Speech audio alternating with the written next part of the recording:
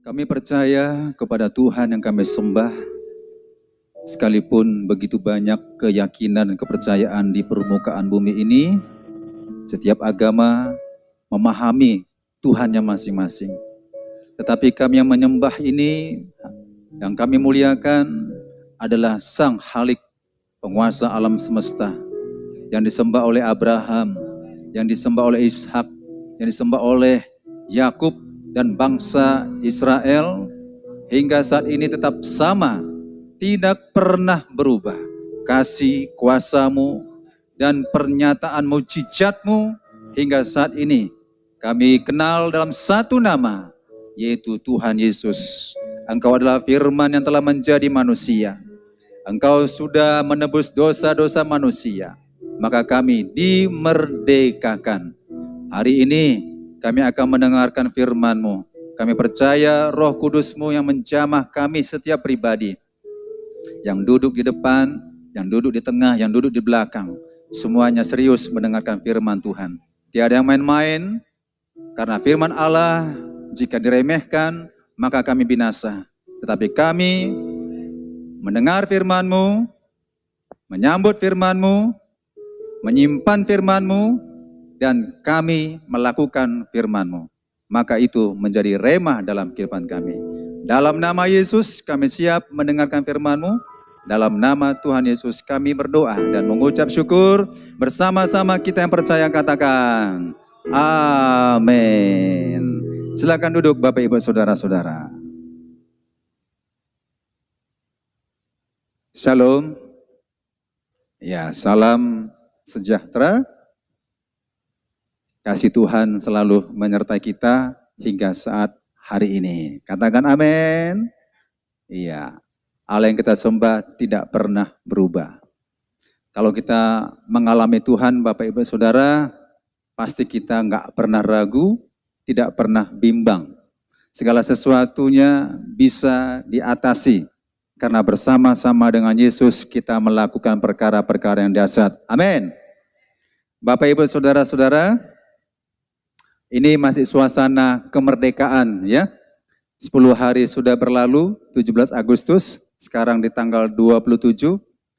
Ya, saya sudah perhatikan minggu pertama, kedua, ketiga belum ada menyampaikan tentang kemerdekaan. Ya, nggak apa-apa, nggak masalah. Tapi supaya kita mengingat kembali, ya, mengingat kembali bahwasannya dengan rahmat Tuhan Allah, maka Indonesia sudah merdeka. Dengan usianya sudah mencapai 78 tahun. Katakan amin. Ya, Bapak Ibu Saudara, yang namanya dijajah itu tidak enak. Ya, Indonesia dijajah sekitar 350 tahun. Itu negara Belanda yang menjajah. Walaupun ada pro dan kontra mengatakan tidak segitu banyak jumlahnya 350 tahun, tapi diawali sejak Indonesia, dahulu namanya bukan Indonesia, tapi Indonesia namanya Nusantara. Maka terhitunglah hingga ya hari kemerdekaan jumlah totalnya Bapak Ibu Saudara, Indonesia dijajah Belanda 350 tahun dan dijajah Jepang selama 3,5 tahun. Indonesia nggak akan pernah mungkin bisa menang melawan Belanda, itu mustahil dan sangat tidak mungkin.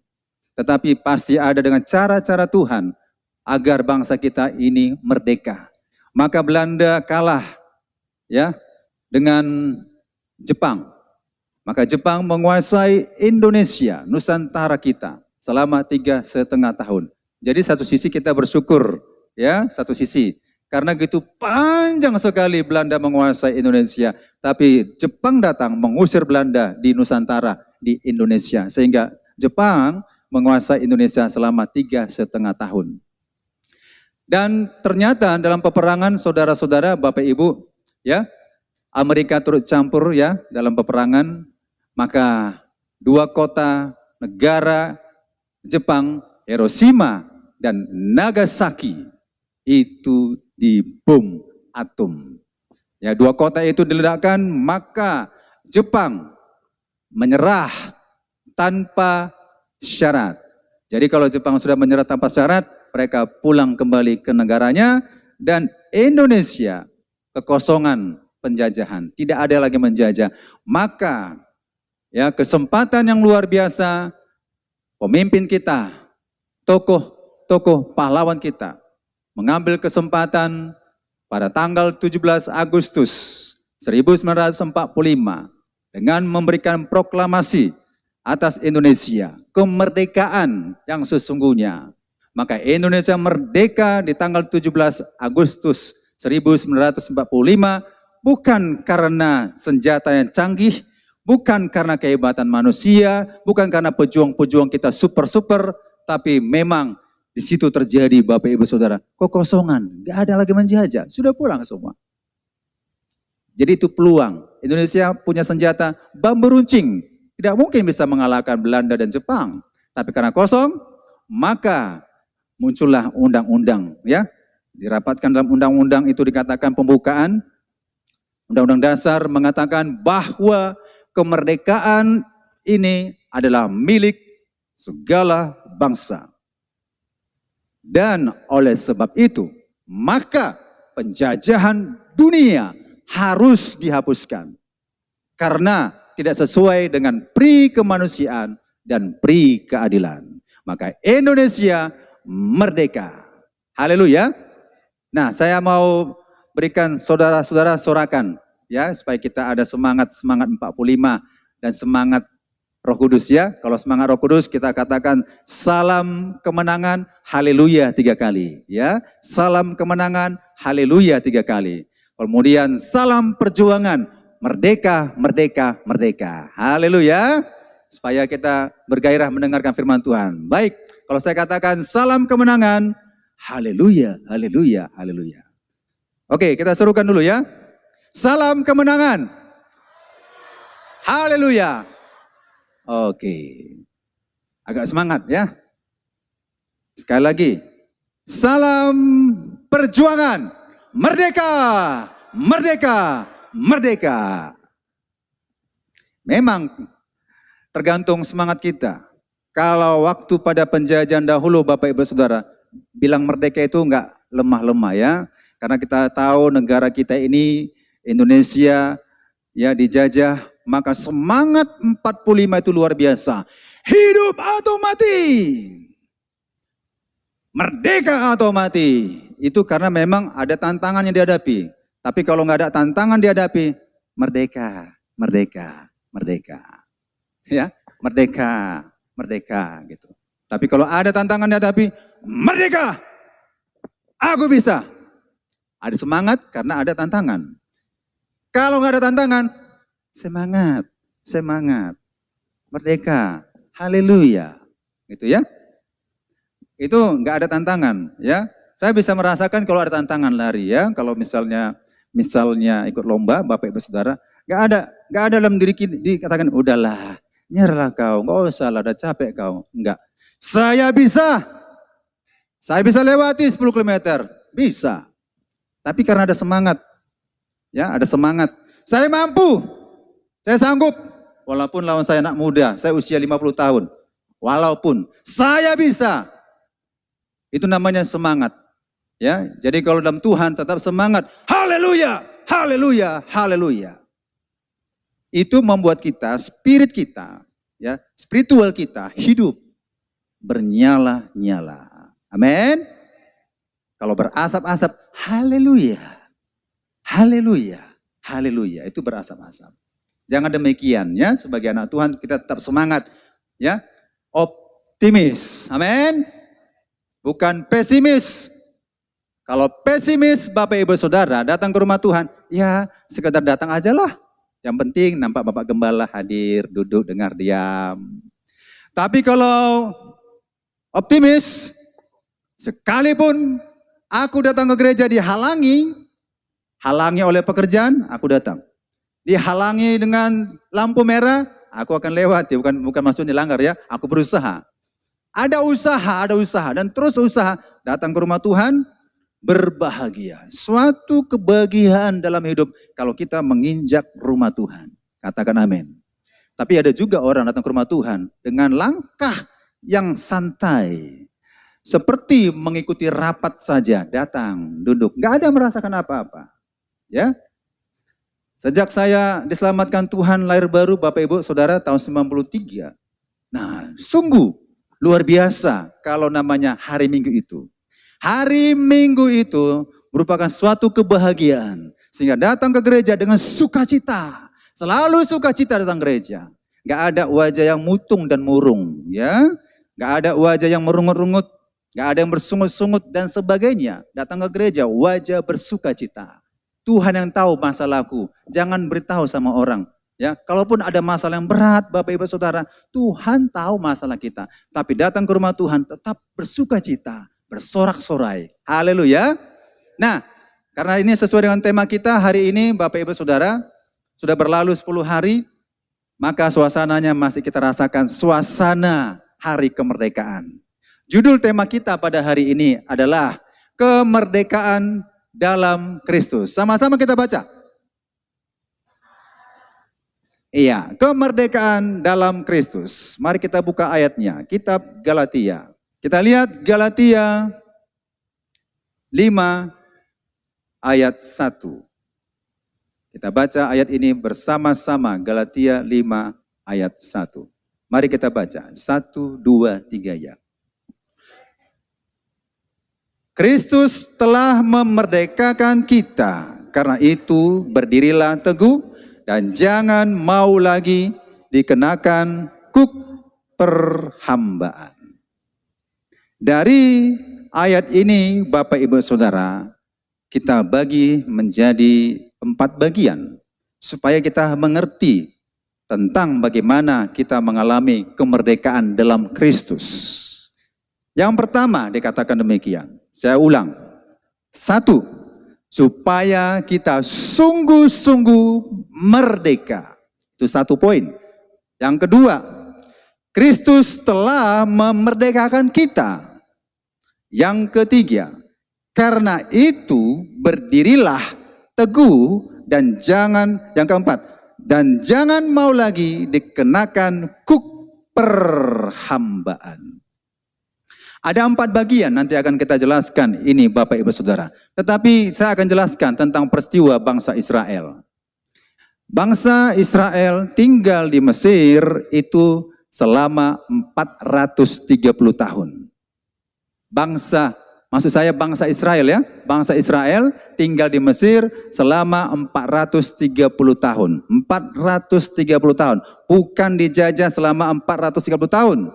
Tapi Tuhan Allah berbicara kepada Abraham, keturunanmu akan diperbudak selama 400 tahun.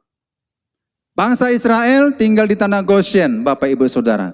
Tanah yang diberkati oleh Tuhan Allah di tanah Goshen. Ya, jadi setelah 30 tahun kemudian, maka bangsa Israel diperbudak oleh Mesir, membuat sesuatu namanya tempat pemakaman Fir'aun, piramid itu. Itu 430 tahun. Saya akan sampaikan ini dampak daripada namanya diperbudak sama dengan dijajah, dikuasai ya dengan suatu kepemimpinan yang otoriter, sehingga ada banyak faktor akibat-akibat dan apa yang terjadi bagi bangsa Israel. 430 tahun ini Bapak Ibu Saudara berbicara adalah keturunan yang keempat ya dari Abraham. Kalau kita hitung-hitung ya, anak Abraham, Ismail, Ishak yang menerima warisan, Ishak punya anak Esau dan Yakub yang menerima warisan, Yakub punya begitu banyak 12 anak ya, 12 anak, dan yang diberikan hak sulung adalah Yusuf. Yusuf meninggal. Maka muncullah suatu pemimpin yang otoriter, raja yang muncul yang tidak mengenal kebaikan daripada Yusuf. Memerintah Mesir. Maka dengan niat yang tidak baik dia mengatakan, bangsa ini sudah cukup banyak jumlahnya daripada kita. Mari kita berikan kerja bagi mereka agar berkurang jumlah penduduknya. Ternyata jumlah penduduk Israel tetap semakin bertambah-tambah. Nah, maka diperbudak Bapak Ibu Saudara, selama 400 tahun diperbudak, Maka bangsa Israel salah satu ya akibatnya adalah lupa kepada apa yang disembah, yaitu Yahweh yang disembah. Lupa dididik kepada anak-anaknya, diajarkan tentang kebenaran firman Allah. Lupa, sibuk kerja, malam kerja, siang kerja, terus kerja, Senin kerja, Selasa kerja, Rabu kerja, Kamis kerja, Jumat kerja, Sabtu kerja, Minggu juga kerja. Hari Sabat tidak dihargai lagi. Bekerja. Hidup untuk bekerja. Padahal kita bekerja untuk hidup. Kalau Bapak Ibu Saudara hari Minggu kerja, pertanyakan diri kita. Ya, kalau bisa jangan bekerja hari Minggu. Kalaupun bekerja, boleh bekerja di pagi hari. Tapi jam 10 pagi beribadah kepada Tuhan. Boleh bekerja pada hari Minggu. Beribadah jam 10 pagi, selesai, kerja lagi jam 2, jam 3, jam 5. Terserah Bapak Ibu Saudara. Karena kita tidak diikat lagi dengan hukum Taurat. Tetapi kalau di hukum Taurat mengatakan hari Sabat harus dikuduskan. Tidak boleh berbuat apapun sama sekali. Maka hari Sabat berhenti segala aktivitas pekerjaan. Berjalan 2 km tidak boleh. Melakukan kegiatan masak-memasak tidak boleh. Sudah dipersiapkan. Pusatkan pikiran hanya beribadah kepada Tuhan. Itu hukum Taurat. Hal itu juga bagus kalau memang kita punya prinsip hidup demikian. Saya, seisi keluargaku, seperti Yosua mengatakan, kami beribadah kepada Tuhan. Hari Minggu kami betul-betul istirahat 100%. Tidak boleh ada kegiatan aktivitas pekerjaan. Cari KP, cari hepeng. Hentikan semua itu. Satu sisi itu bagus. Tapi ingat, jangan seperti bangsa Israel. Ditekan terus, bekerja terus, sehingga apa yang terjadi? Mereka melupakan Tuhan Allahnya. Mereka tertarik dengan ilah-ilah, dewa-dewa bangsa Mesir. Maka mereka terlibat namanya sinkretisme. Satu sisi percaya kepada Tuhan, satu sisi percaya kepada berhala. Mereka beribadah di situ. Dan ketika Musa diutus oleh Allah, Musa diutus kepada bangsa Israel, satu hal yang sulit diubah dalam kehidupan Israel. Alkitab mengatakan mereka sudah putus asa. Tidak ada pengharapan lagi, itu prinsip mereka. Tidak ada lagi pengharapan Musa. Mustahil Musa, kami bisa keluar. Enggak mungkin. Musa bilang, bangsa ini akan dikeluarkan. Kalian semua akan keluar. Kalian akan dimerdekakan. Enggak Musa, enggak bisa. Kita sudah 400 tahun di sini Musa. Kita kan enggak bisa keluar 400 tahun Bapak Ibu Saudara. 400 tahun cukup lama sekali itu. Ya, sudah paradigmanya, cara berpikirnya sudah gimana ya? Mental kalah. Ya, Musa membujuk tidak mau lagi. Kita merdeka. Kita keluar dari perbudakan ini. Kita keluar, mari. Bangsa Israel menolak. Tidak. Karena sudah putus asa. Kenapa begitu banyak orang-orang percaya mengaku dirinya percaya kepada Yesus? Kehilangan pengharapan pada Yesus. Salah satunya karena sudah diperbudak. Sehingga mengatakan, Tuhan itu tidak ada. Tuhan itu tidak adil. Gak ada Tuhan itu. Tahu juga aku begini-begini. Gak ada Tuhan itu, masalahku tetap begini, begini terus masalahku. Orang lain diberkati, aku gak diberkati, diukur-ukur lah kan.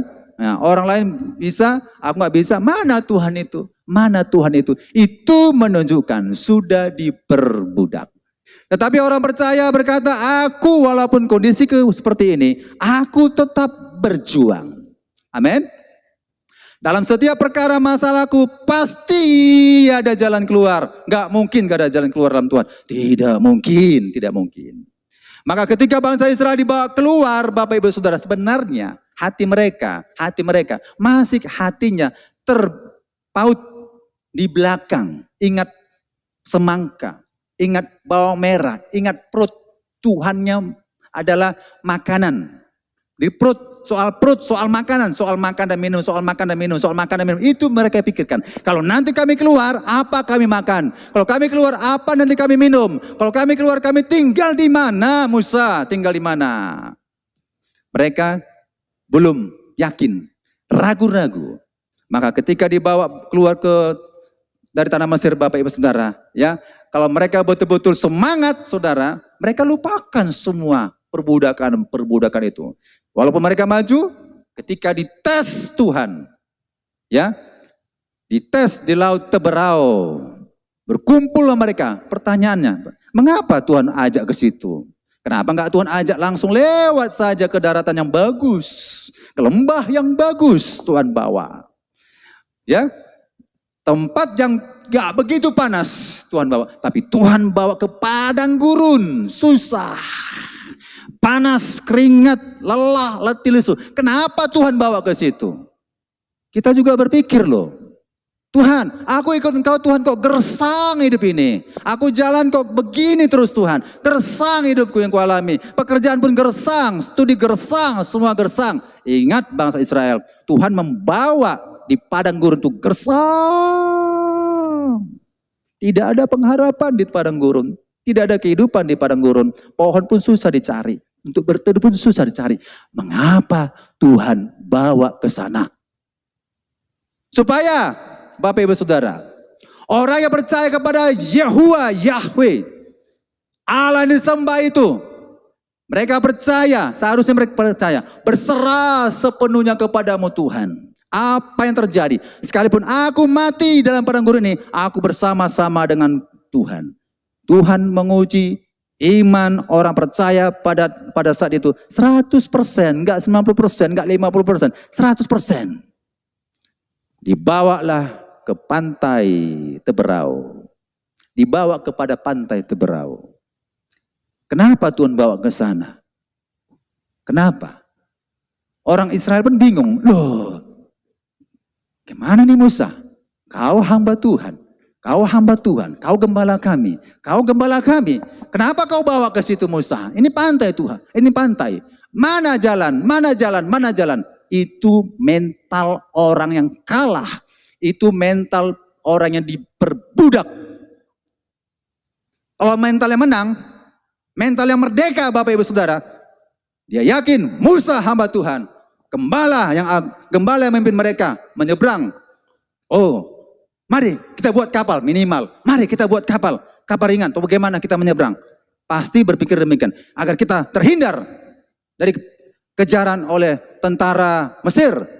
Itu kalau mental merdeka. Tapi mental kalah bersungut-sungut. Gak mungkin Musa. Kenapa kami dibawa ini?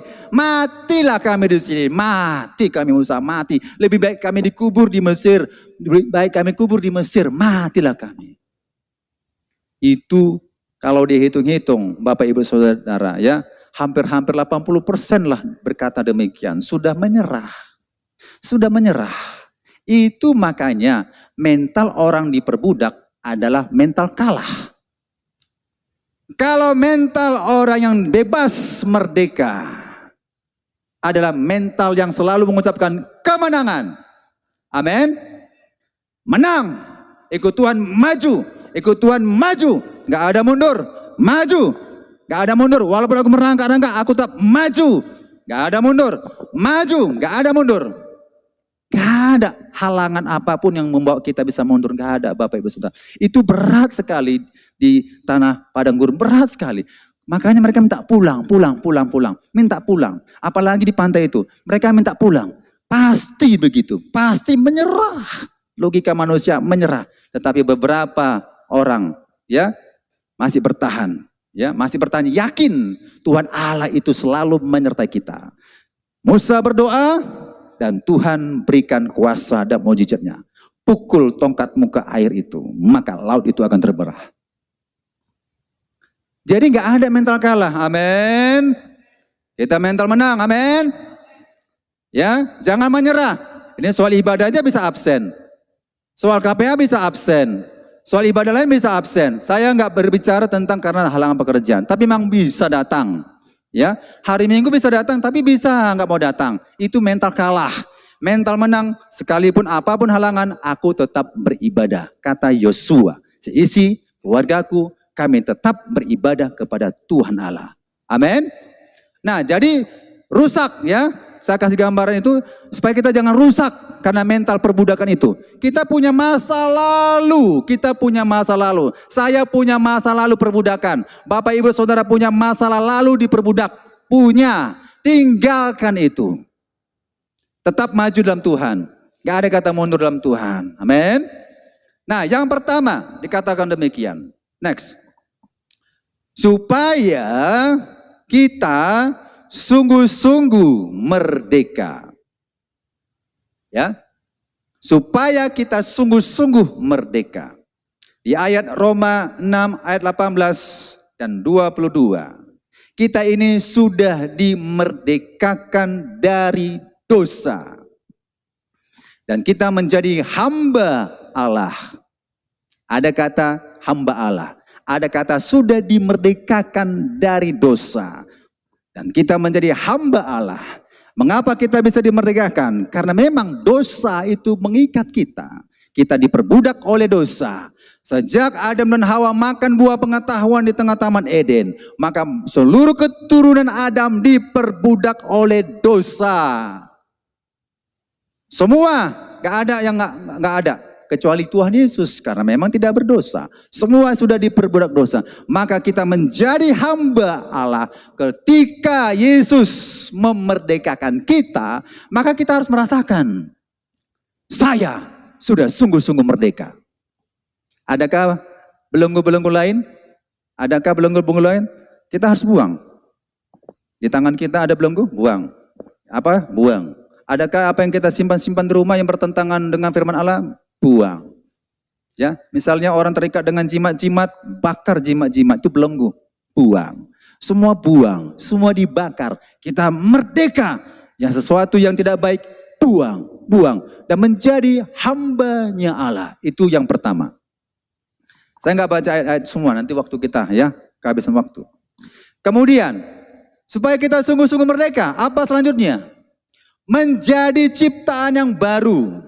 2 Korintus 5 ayat 17 berkata, siapa dalam Kristus? Ia adalah ciptaan yang baru.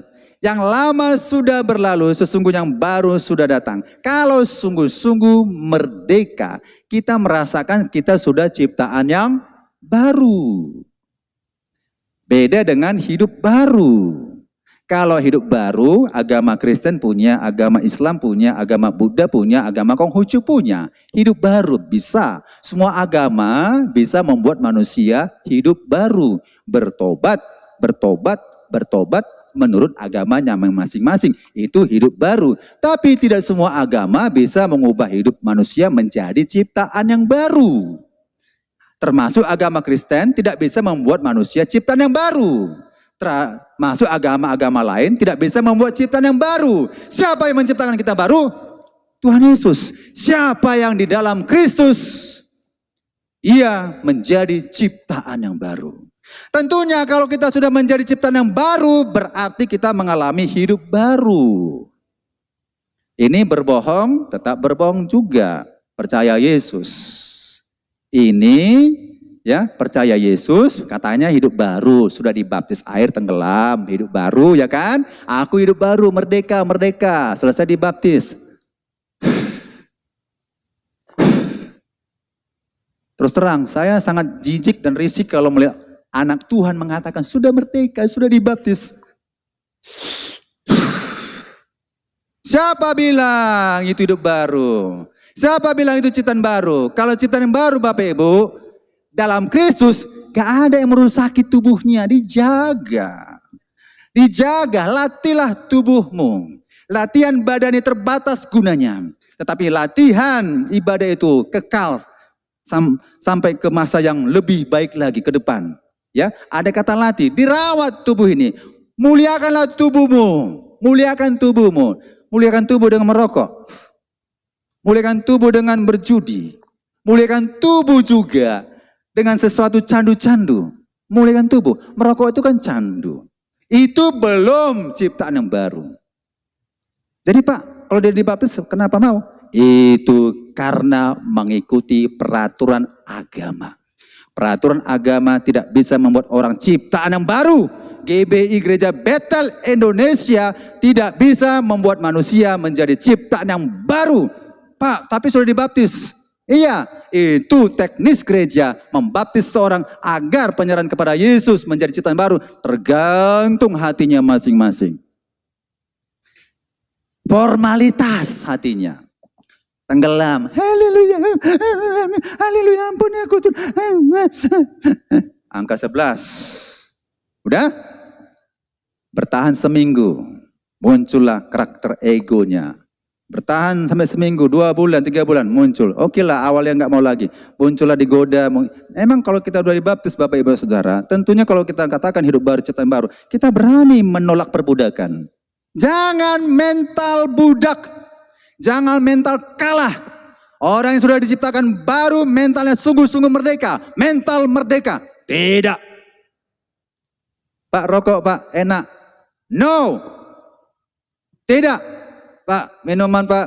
Tidak. Merdeka aku. Aku udah menjadi ciptaan baru. Aku merdeka. Sesuatu yang dibawa kepada perbudakan. Kalau kita merasakan mental yang diperbudak, jadilah itu. Tapi kalau kita merasakan sungguh-sungguh merdeka, ketika ditawari oleh apapun, budak-budak apapun, kita berani berkata, saya ciptaan baru, saya sudah merdeka. Haleluya. Ini bukan masalah rokok aja, ini kasar aja karena saya melihat langsung. Ya, mau nyala, oke lah, oke. Saya nggak bisa, saya bilang sama murid saya, oke lah kalian masih mungkin terikat dengan rokok, maunya, bukan menyetujui, maunya. Jangan di depan guru, jangan nampak bapak, jangan. Kalau nampak kau, pak, gitu kan? Itu kan emosi secara guru ya, orang tua ya. Karena pernah saya begitu, saya ingatkan kepada anak didik saya. Bapak tidak merokok, Bapak merdeka, tidak ada ikatan rokok, perbudakan rokok, nggak ada sama sekali, merdeka. Tapi kalau kalian ketahuan merokok pulang sekolah, awas ya. Itu dulu saya masih mengajar agak killer Bapak Ibu Saudara ya. Agak tegas dan keras, pakai roll, pakai penghapus, pakai apa, dulu masih diperbolehkan demikian. Sekarang, siswa-siswi sekarang, manja-manja. Baru dijeber, videokan, viral. Baru dicubit, merah, videokan, foto, viral. Lapor polisi. Orang tuanya pun sekarang setuju. Kenapa anakku demikian? Kenapa dia apakan begini? Kalau kami dulu ya, masa-masa tahun-tahun 2000 ke bawah, jangan coba-coba lapor sama orang tua. Ya, masih orang-orang tua dulu masih menghormati guru-guru di sekolah. Apa yang dilakukan guru itu dipercayakan, lakukan Pak. Yang penting anakku berubah, lakukanlah. Ya, maka masa pendidikan saya dulu ya, kalau sebaya dengan saya Bapak Ibu Saudara, itu namanya main pukul-pukul biasa. Sapu lidi, roll, ketepuk, ya, dilempar pakai penghapus, diam, kena, nggak lapor orang tua, dilempar pakai kapur, ribut sana. Kalau sekarang lempar pakai kapur, siswa sekarang balas pakai batu. Wih, makanya Bapak Ibu Saudara, saya kan ngajar di daerah Belawan ya, daerah Belawan itu siswa-siswanya tahulah namanya anak-anak Belawan ya. Nah, beda kalau saya mengajar di sekolah di Deli Serdang. Baik-baik semuanya. Kelasnya pun beda ya. SDM-nya beda. Kalau daerah Belawan siswanya SDM-nya, puji Tuhan, haleluya. Saya piket. Ya, piket. Piket itu artinya mengawasi kegiatan aktivitas siswa di sekolah.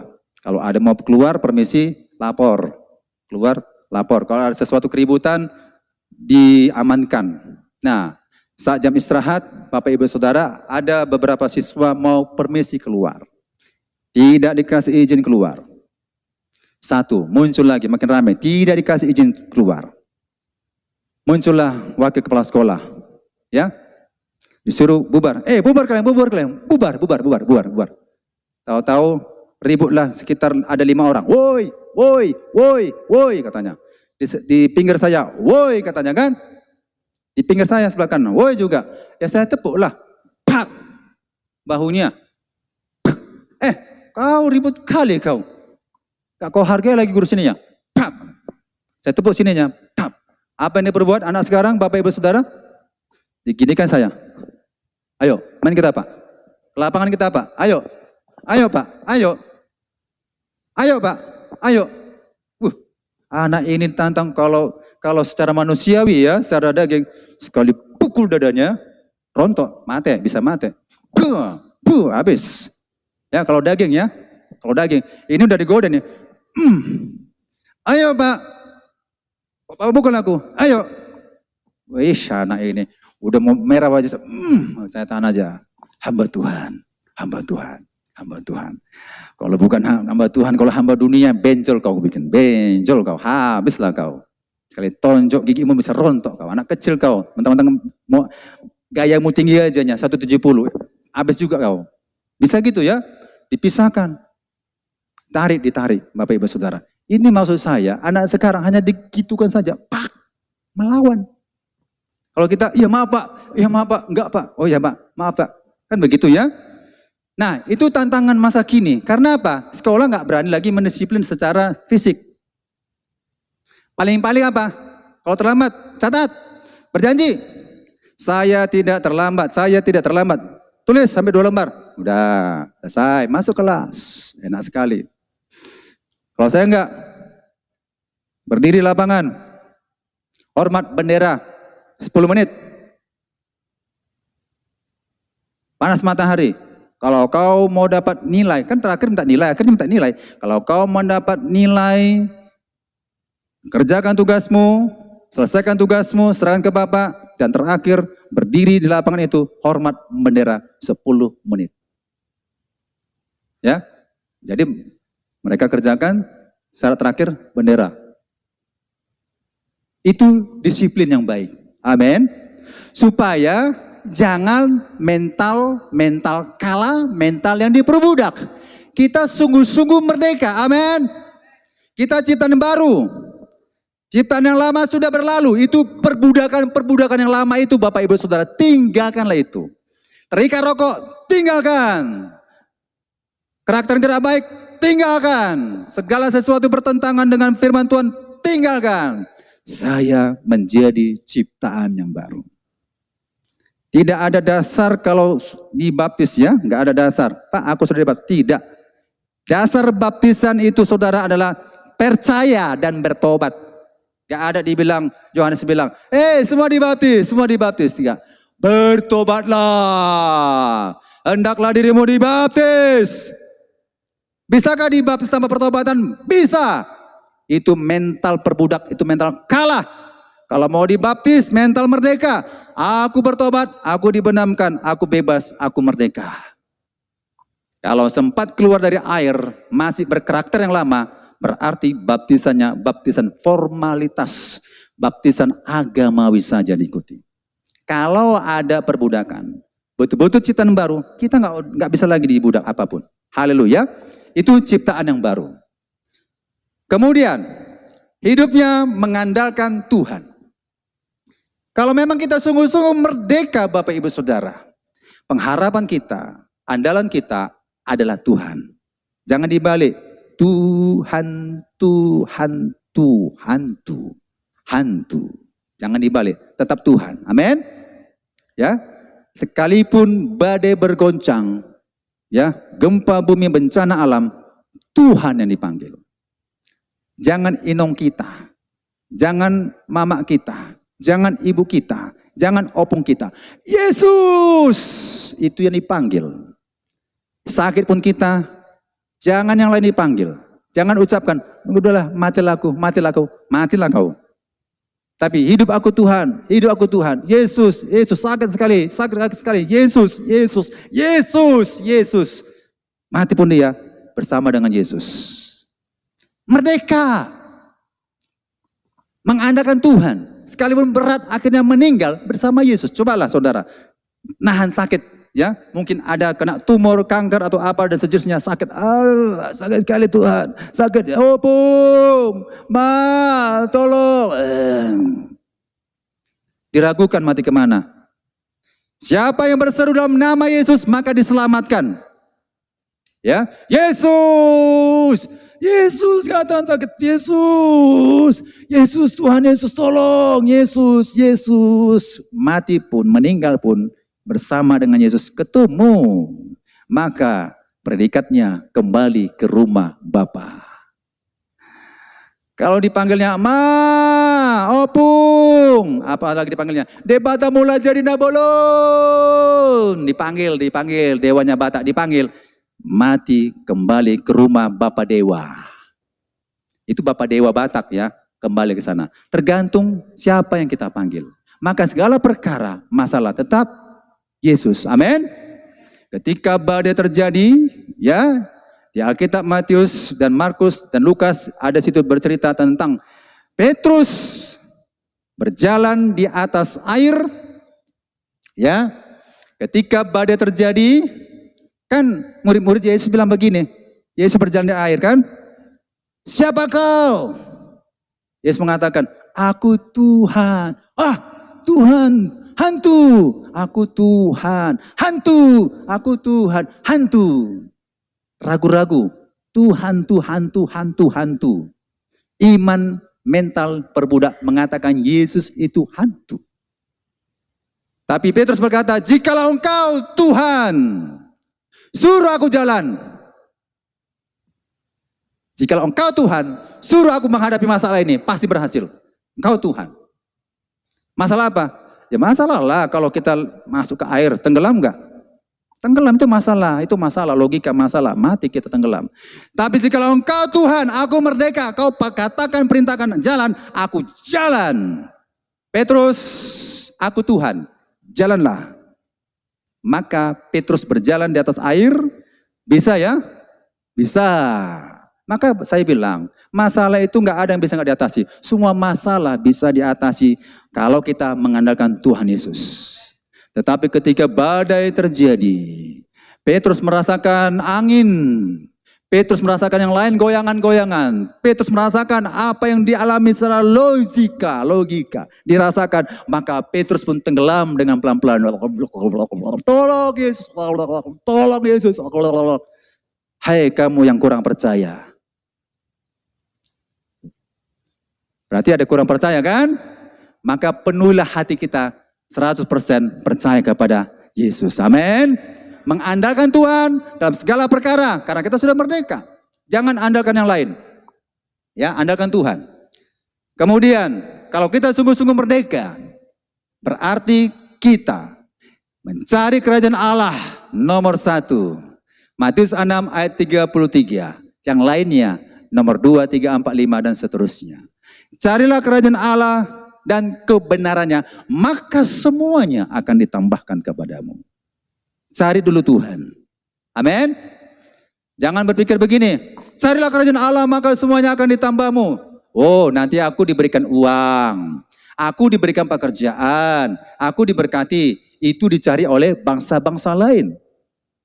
Kalau kita mencari kerajaan Allah, kita sudah merdeka.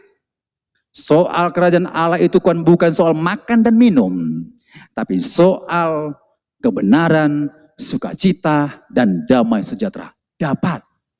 Masuk. Dapat. Cari kerajaan Allah, damai sejahtera. Cari kerajaan Allah, sukacita dapat.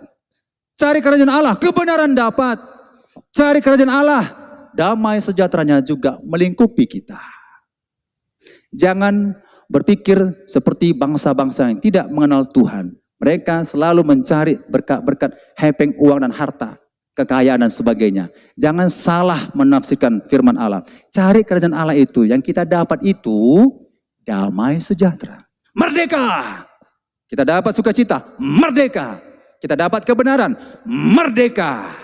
Yang lainnya itu, ada tak ada pun itu, gak ada masalah. Amin. Jangan dipermasalahkan kalau mengatakan, aku tetap begini, gak ada kerjaanku begini begitu. Jangan dipermasalahkan.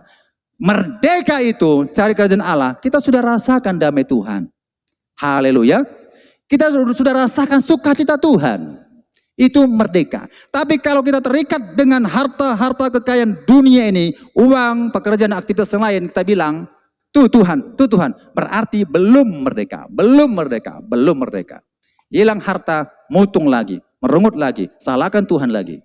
Tapi kalau sudah merdeka, tidak pernah menyalahkan Tuhan. Segala sesuatu dia mengatakan, aku bersyukur kepadamu Tuhan. Damai sejahteramu selalu ada dalam hidupku. Sukacita Tuhan selalu ada dalamku. Kebenarannya selalu juga ada di dalamku. Itulah namanya merdeka. Amin. Nah, itu yang pertama. Yang kedua, Kristus telah memerdekakan kita. Ya.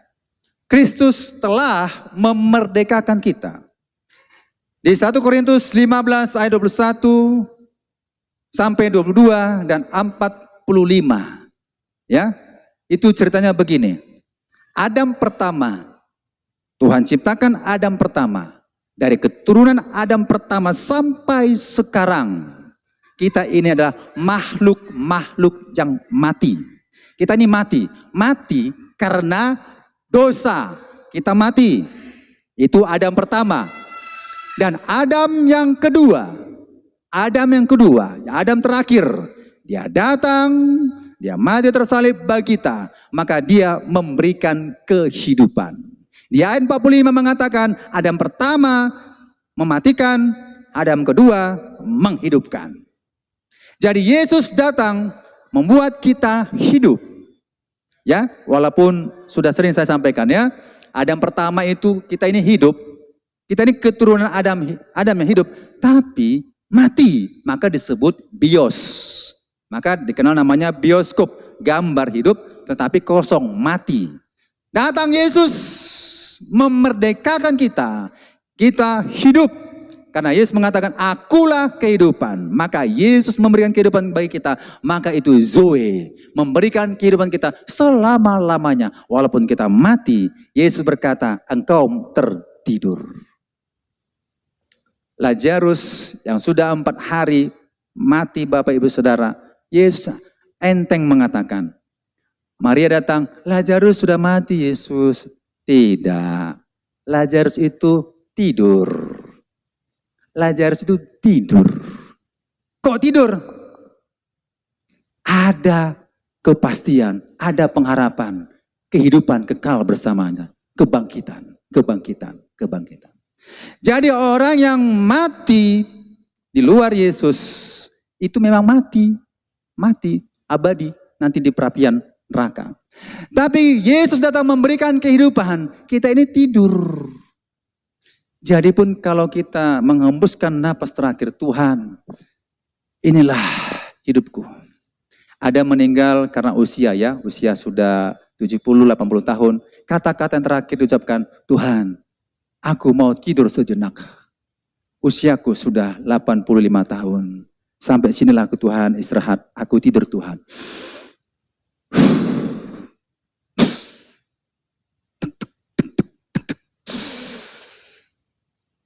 Itu tidur. Kenapa bilang tidur? Karena Yesus memberikan kehidupan. Bangkit kembali. Suatu hari kelak dihidupkan oleh Tuhan. Hidup lagi, bangkit lagi. Bertemu dengan Bapa di surga. Jadi pun kalau seseorang yang meninggal itu namanya tertidur dalam Tuhan. Ya, beda kalau meninggal di luar Tuhan ya. Saya berbicara yang mati dalam Tuhan. Lazarus itu tidur kata Yesus. Dia itu tidur. Maka ketika Yesus mengatakan Lazarus bangun, bangkit Lazarus. Maka perintah Yesus wajib dipatuhi karena Yesus adalah firman. Kalau katanya bangkit. Kalau katanya tenang. Kalau katanya berhenti. Bangkit. Maka Lazarus bangkit. Hidup. Itulah Zoe. Yesus memerdekakan kita, memberikan kehidupan. Katakan amin. Nah, yang selanjutnya Bapak Ibu Saudara. Roma 14 ayat 8. Kristus telah memerdekakan kita. Hidup dan mati kita adalah milik, ya, mati milik Tuhan. Syaratnya hidupnya pun milik Tuhan. Kalau seseorang mengatakan dia ini mati dalam Tuhan, pertanyaannya, hidupnya sudah dimerdekakan Yesus atau belum? Kalau sudah dimerdekakan dalam Tuhan, hidupnya untuk Tuhan. Kalau saya sudah merdeka, Bapak Ibu Saudara sudah merdeka, hidup kita adalah untuk Tuhan. Amin. Jangan serahkan kepada yang lain. Jangan serahkan kepada kepercayaan yang lain. Jangan masuk percaya-percaya jin-jin, tuyul-tuyul, jimat-jimat, ilmu kebal, hipnotis dan sebagainya. Jangan. Jangan punya tanggal-tanggal dan jimat-jimat. Jangan punya kekuatan dari budaya-budaya kita Batak dulu, atau Nias, atau Aceh, atau Jawa, atau suku-suku apapun. Punya kekuatan apa dalam ritual-ritual. Jangan lepaskan semua itu. Karena kita merdeka. Kalau sudah merdeka, saya milik Tuhan. Hidupku sepenuhnya milik Tuhan. Kalaupun aku mati, berarti aku pun milik Tuhan. Kalau sudah milik Tuhan, tentunya tempatnya di Yerusalem yang baru. Kalau bukan milik Tuhan, tempatnya tentu bukan di surga lagi. Itu di tempat penyiksaan selama-lamanya. Tempat sementara namanya alam maut. Tempat kita sementara sebelum Tuhan datang itu namanya Firdaus. Jadi orang-orang mati sebelum datangnya Yesus, orang mati dalam Tuhan ditempatkan di Firdaus. Orang yang mati di luar Tuhan karena bukan milik Tuhan, sekali lagi, bukan milik Tuhan, ditempatkan ke alam maut. Nanti pada waktu penghakiman, maka orang-orang kudus di Firdaus ditempatkanlah di Yerusalem yang baru. Tapi kalau orang-orang yang bukan milik Tuhan ditempatkan di alam maut, nanti di penghakiman di takhta putih, mereka dicampakkan ke dalam lautan api selama-lamanya sampai selama-lamanya. Kalau saya bilang sama siswa supaya ingat, lengket ke otaknya, saya bilang, kalau kita mati di luar Tuhan, kita akan dibuang ke neraka selama-lama-lamanya, lalu selama-lama-lamanya, dan selama-lama-lamanya, kemudian selama-lama-lamanya, serta selama-lama-lamanya, lalu selama-lama-lamanya. Sampai kapan habis, Pak? Selama-lama-lamanya, error. Gak ada ukuran waktu. Tapi juga kalau kita ke surga, selama-lamanya di surga, dan selama-lamanya di surga, lalu selama-lama-lamanya di surga, serta selama-lamanya di surga, kemudian selama-lama-lamanya di surga. Gak ada limit waktu, selama-lamanya. Pikirkan matang-matang. Milik Tuhan, selama-lamanya ditempatkan di tempat yang mulia. Bukan milik Tuhan, ditempatkan selama-lamanya di tempat yang gersang, yang penuh penyiksaan, yang panas, yang menderita selama-lamanya. Jadi kalau katakan milik Tuhan selama kita hidup, betul enggak? Betul enggak? Kan gitu, introspeksi diri. Oh, saya milik Tuhan. Saya milik Tuhan. Berarti kalau kita milik Tuhan, patuhi perintah Tuhan. Kalau seorang itu milik iblis, paranormal, yang hidupnya tidak pernah normal, ya, itu adalah patuh terhadap apa kata yang disembahnya. Siapkan kambing hitam, siapkan. Siapkan kucing yang hitam untuk disembelih. Ya, kalau kucing katanya kan dicari juga kan, siapkan. Ayam yang hitam, sembelih. Mata yang hitam, ya, kuku yang hitam, kaki yang hitam, itu dicari. Itu kalau ada perintah begitu, ya, itu dicari. Karena dia milik iblis. Apalagi kita milik Tuhan. Apa kata Tuhan? Mari bersama-sama kita lakukan. Amin. Karena kita milik Tuhan. Jadi kalau kita hidup kita milik Tuhan, percayalah Bapak Ibu, kalaupun kita mengakhiri hidup kita ini, kita jumpa Bapa di surga. Yakin 100%. Ya. Tapi kalau saya melihat seseorang udah begini, sampai bibirnya, mati dia, saya nggak yakin. Maaf, saya nggak yakin. Itu saya. Kenapa? Saya punya dasar mengotori tubuhnya. Baik tubuh kita ini baiknya sucinya Allah, jangan dikotori. Jangan dikotori. Muliakan Allah dengan tubuhmu. Muliakan. Latihlah badanmu. Bukan bilang rusaki badanmu. Rusaki badanmu dengan rokok. Rusaki badanmu dengan narkoba. Rusaki dengan minuman. Rusaki. Itu bukan milik Tuhan. Milik Tuhan bebas. Gak ada yang merusaki kita. Amin. Meninggal, mati, bertemu dengan Bapa di surga. Haleluya. Itu dikatakan tadi, ya, hidup dan mati kita adalah milik Tuhan. Dan kemudian Kristus telah memerdekakan kita. Di bagian C, kebenaran itu akan memerdekakan kita. Yohanes 8 ayat 32. Begini maksudnya. Yesus memerdekakan kita. Kebenaran itu memerdekakan kita. Kalaulah kita baca Alkitab, ya, dengar khotbah, dengar lagu-lagu pujian, ya, tidak sekedar secara agamawi. Kalau sekedar agamawi kan, kalau kita dengar lagu kan begini, ku pandang wajahmu dan berseru, gak ada apa-apa, rasakan gak ada apa-apa, biasa aja, biasalah lewat. Tapi kalau dirasakan, ya, ku pandang wajahmu, itu udah singkapkan, karena Kristus menjamah kita, dirasakan. Itu kalau puji-pujian ya, atau penyembahan, dirasakan. Atau mendengar khotbah, mendengar firman. Kebenaran itu memerdekakan. Ketika mendengar siapapun yang menyampaikan firman Allah, kita rasakan sesuatu berkat yang baru yang kita temukan. Sesuatu kuasa ibadah kita rasakan. Ini tidak. Kalau orang yang belum dimerdekakan, muncullah kritikus. Nanti pulang, Pak kok begitu? Bu kok begitu? Begini begitu. Kenapa? Ketika firman Allah itu diberikan kepada kita semua, karena teguran firman Tuhan tidak terima, tidak buka hati, itu namanya belum dimerdekakan dalam Kristus. Tetapi ketika kebenaran firman Allah kita terima, sekeras apapun itu namanya, diterima Bapak Ibu Saudara, itu mengubah hidup kita. Saya mau dimerdekakan. Ketika kita membaca Alkitab, ya, membaca Alkitab perjanjian lama, perjanjian baru, Alkitab bilang hanya Kristus yang bisa menyingkapkan rahasia firman Allah. Ketika membaca perjanjian lama, kitab Mazmur, Yeremia, Yesaya dan sebagainya, saudara bisa mengerti dan memahaminya. Kalaupun tidak mengerti dan memahaminya, tanya hamba-hamba Tuhan. Maka perlu membaca Alkitab. Orang yang merdeka selalu suka membaca Alkitab. Amin. Pembacaan doa pembuka tadi ya. Merenungkan firman Allah itu siang dan malam. Ada siang dan malam waktu kita membaca.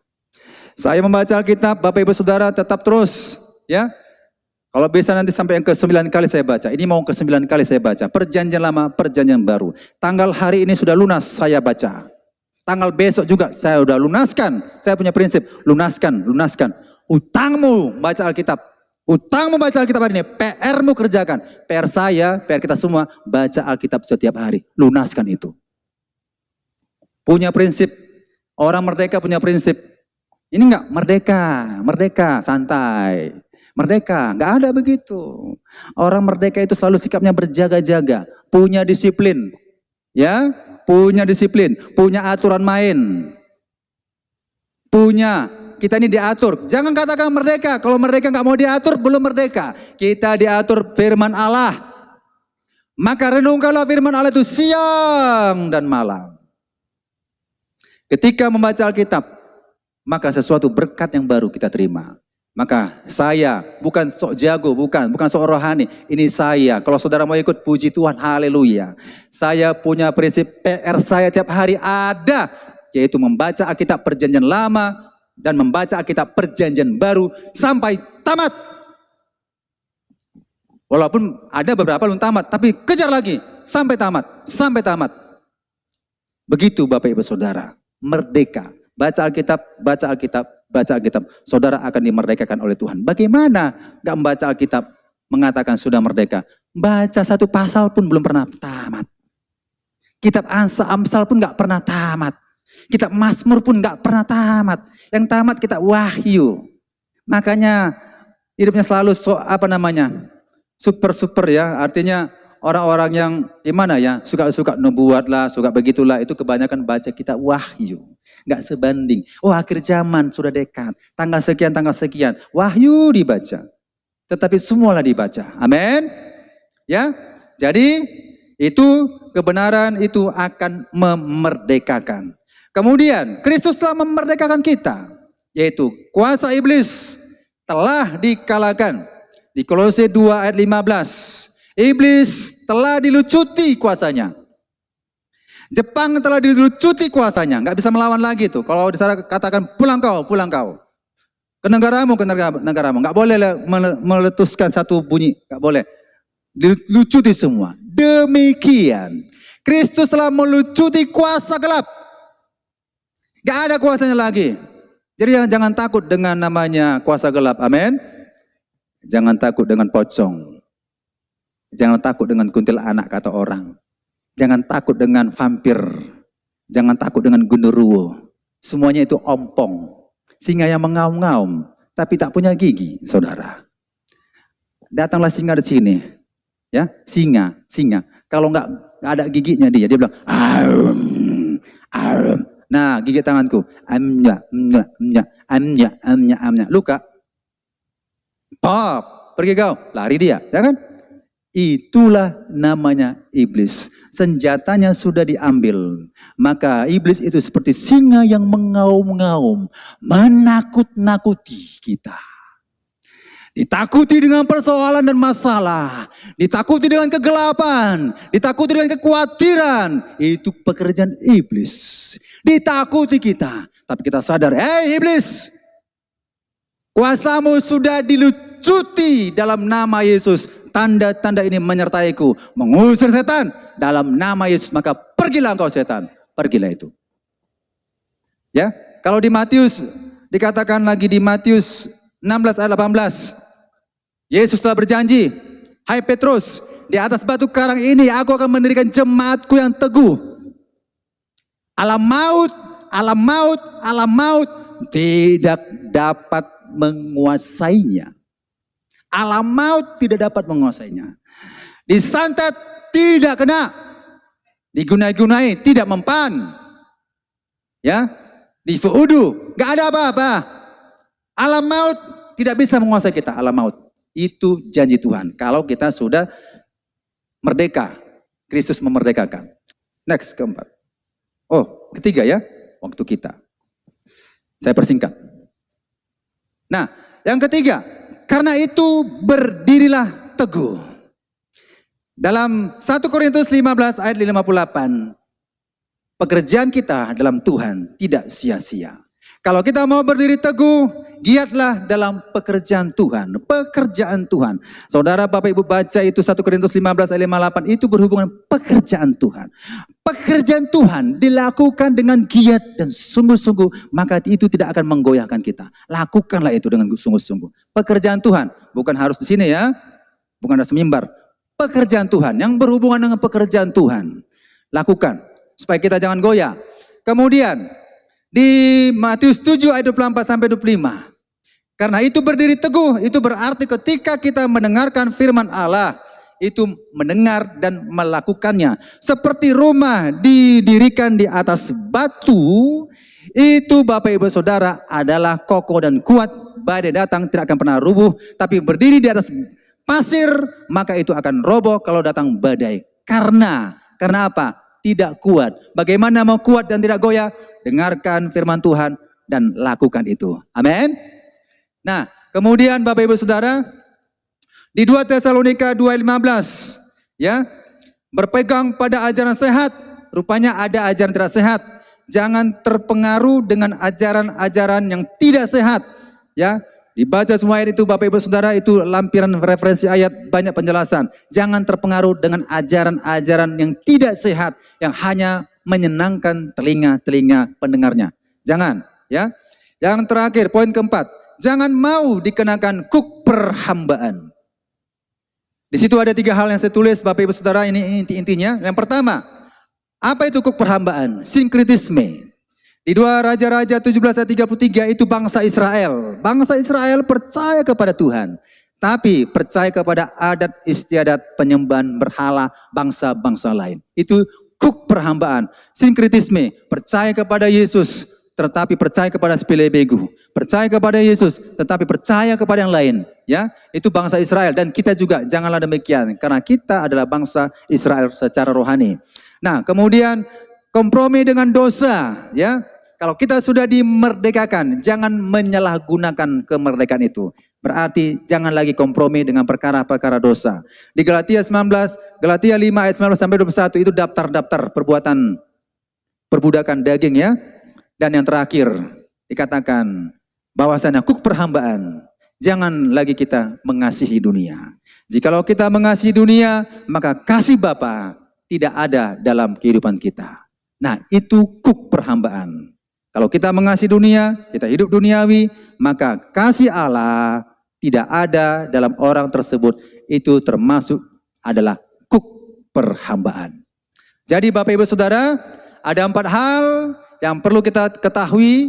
Kita sudah dimerdekakan dalam Kristus. Yang pertama, supaya kita sungguh-sungguh merdeka. Yang kedua, Kristus telah memerdekakan kita. Yang ketiga, karena itu berdirilah teguh. Yang keempat, jangan lagi dikenakan kuk perhambaan. Demikian firman Tuhan. Tuhan Yesus memberkati kita. Haleluya. Kemerdekaan itu adalah milik anak-anak Tuhan. Kemerdekaan itu milik anak Tuhan dan tidak bisa dijajah oleh belenggu iblis. Maka kami sebagai orang yang merdeka, sesuatu yang memperbudak itu kami tolak dalam nama Yesus. Karena kami adalah milik Kristus, ciptaan yang baru. Perbudakan itu tidak akan pernah mengajak kami melangkah yang mundur. Tetapi kebenaran itu membawa kami maju terus. Karena mental perjuangan, mental yang merdeka tidak akan berkata mundur, tidak akan berkata menyerah, tidak akan berkata putus asa. Karena kami sudah dimerdekakan. Karena kami merdeka, maka kami mau melakukan terbaik bagi nama Tuhan.